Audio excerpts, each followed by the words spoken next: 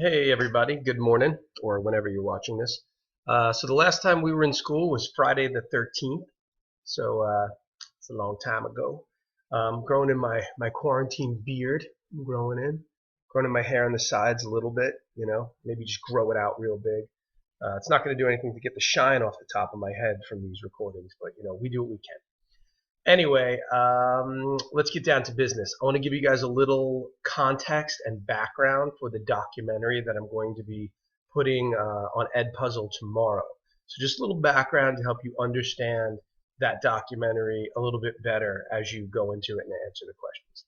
So at this point, you should know what fascism is, that it's a totalitarian system that is against communism, right? Fascism allows private business, they allow religion, but they are totalitarian. And fascism began in Italy under Benito Mussolini. Remember, Italy was very unhappy after World War I. They thought they deserved more land for helping the Allies win. And Italy really didn't get much from World War I, and they were in debt. So Mussolini came along, promised the Italians very simple solutions to complicated problems. Mussolini's solutions didn't really fix all of Italy's problems, and they're going to come at a huge cost, too. Now, fascism is going to spread from Italy to Germany under Adolf Hitler, and as all of you pretty much got right on the Edpuzzle assignment, the thing that pushed Hitler forward in his popularity, the thing that really increased Hitler's popularity, was the Great Depression. Because before the Great Depression, Germany still had the Treaty of Versailles. They still owed a lot of money. They still lost World War I. But people were not voting for the Nazis until the U.S. stock market crashed.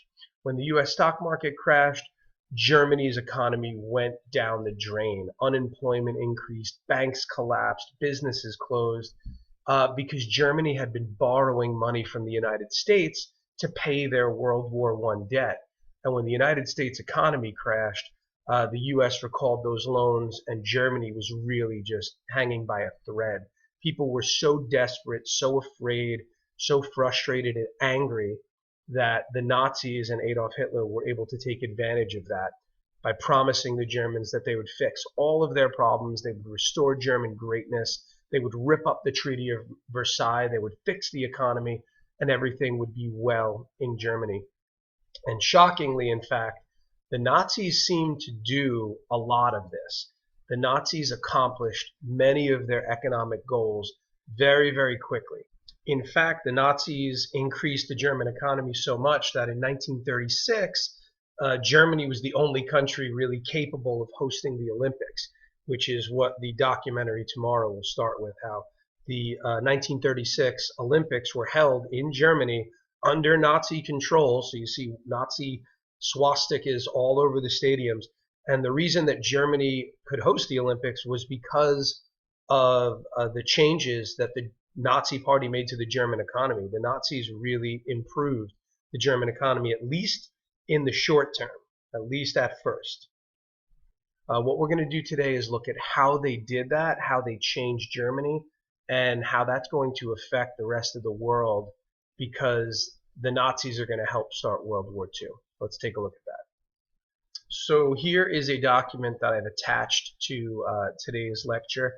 You don't need to do anything but read the document and think about it. The question is, was Nazi leadership more of a blessing or curse on Germany at first?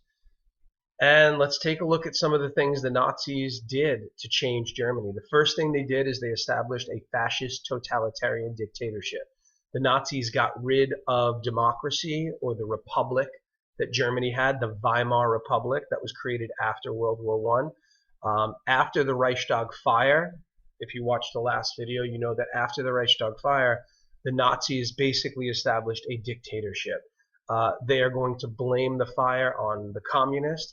They're going to build concentration camps and arrest communists and put them in those camps. They're going to torture and execute people in those camps, just like Stalin did in the gulags. By 1933, the Nazis passed the Enabling Act, which basically totally destroys the Reichstag, or the parliament. Now Hitler can make laws on his own without the approval of elected representatives. So democracy was dead in Germany within 6 months of Adolf Hitler becoming chancellor. Of course, you know that totalitarianism uses censorship, propaganda, and indoctrination. I'll let you read through this on your own, but one thing I want to point out is that the propaganda is so intense that hello is replaced by Heil Hitler. So when someone would see someone else on the street, instead of saying hello, they would say Heil Hitler. And if someone didn't say that, they could be reported to the secret police as someone who might be a threat to the Nazis or a political dissident, right? Someone who disagrees with the government. Another thing you're going to see in the documentary that we post tomorrow, and you've already seen some of it, is the racism and discrimination that the Nazi Party is going to bring to Germany. They're going to pass the Nuremberg laws in 1935, which take away Jews' citizenship. So Jews are no longer considered Germans, so they lose a lot of the rights and protections of citizens. In addition, Jewish stores are vandalized and boycotted. And this is only going to get worse. This attack against the Jews, who made up less than 1% of Germany's population. They were a very small minority group, and they are going to be scapegoated and blamed for all of Germany's problems, and they're going to be attacked. And this is going to escalate into the Holocaust during World War II. Now, if you were not a communist, if you were not Jewish, if you didn't say anything bad about the Nazis, life got better for you in general. The Nazis were able to improve the German economy significantly. Let's take a look at some of these numbers. They created 5 million jobs. Well, how did they do that?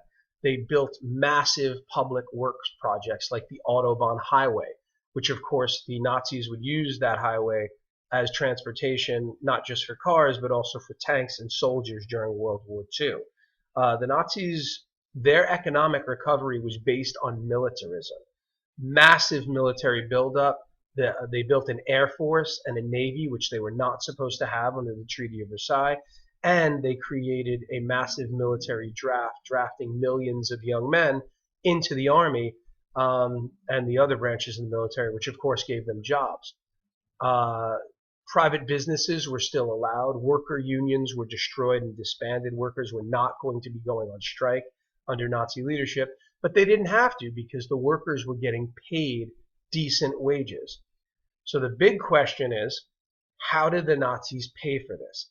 How did they afford to build up a military, to build these massive road projects, to provide all these jobs? And it's kind of a complex answer. There are many ways that they did it, but ultimately a lot of it is based on borrowing. So let's take a look. Massive borrowing from the German National Bank, private investors, and printing of currency. So the Nazis are printing money. And you know from the last documentary and the last video lecture that if you print too much money, the money becomes worthless. So the Nazis printing money and borrowing money are short-term solutions. You cannot repair your economy on that. At some point, you have to pay for that, which is what we're going to get to in a moment. The Nazis stopped repaying U.S. loans. Germany owed the United States more than $200 million in the 1930s, and Hitler basically said, well, we're not paying it. Hitler also stopped paying the Treaty of Versailles war debt from World War I. And again, Hitler said, we're just not going to pay it. Do you want to start a war over this? And of course, the British and the French and the United States were in no mood to have a war because World War I had just ended less than 20 years earlier. So Hitler is able to kind of bully his way into not paying these debts. In addition, the Nazis took over Jewish businesses and homes, so they're stealing money from Jews. And they have forced labor in concentration camps, which is helping to boost production for the military. So it looks like the Nazis have kind of worked a miracle in Germany. They've reduced unemployment, they've built up their military, and no one's doing anything to stop it. And they've paid for all of this by printing money and borrowing money. Now, at some point, the Nazis are going to have to pay that money back. And this is where things are going to get dangerous. Because the way that the Nazis are choosing to pay these debts back, these loans back that they borrowed from the banks and other citizens, is through imperialism. They are planning on taking territory, exploiting resources in those territories to keep the economy going. Now, the Nazis are going to keep grabbing more and more and more until Britain and France have to confront them. And the way that the British and the French choose to confront Nazi Germany at first is one of relative weakness. The British and the French are going to give in to Hitler's demands in the hopes that they can avoid World War II. But that will be coming up. We're going to look at the policy of appeasement starting tomorrow. But for now, I hope you answered all the questions on Edpuzzle correctly. Even if you didn't, I'm being very generous with the scoring. I just want you doing the work and doing your best. All right, everybody, stay safe, stay inside, and I'll be talking to you soon. By the way, I miss you guys. It's been a while, and I miss having you in class. So I hope you feel the same way. If not, it might be, crying tears of joy. You don't have to sit in my class anymore. But, hopefully this does blow over and we can get together and have a good chat about everything that's gone down over the past several weeks. All right, guys, stay in, stay safe. I wish you the best. Bye-bye.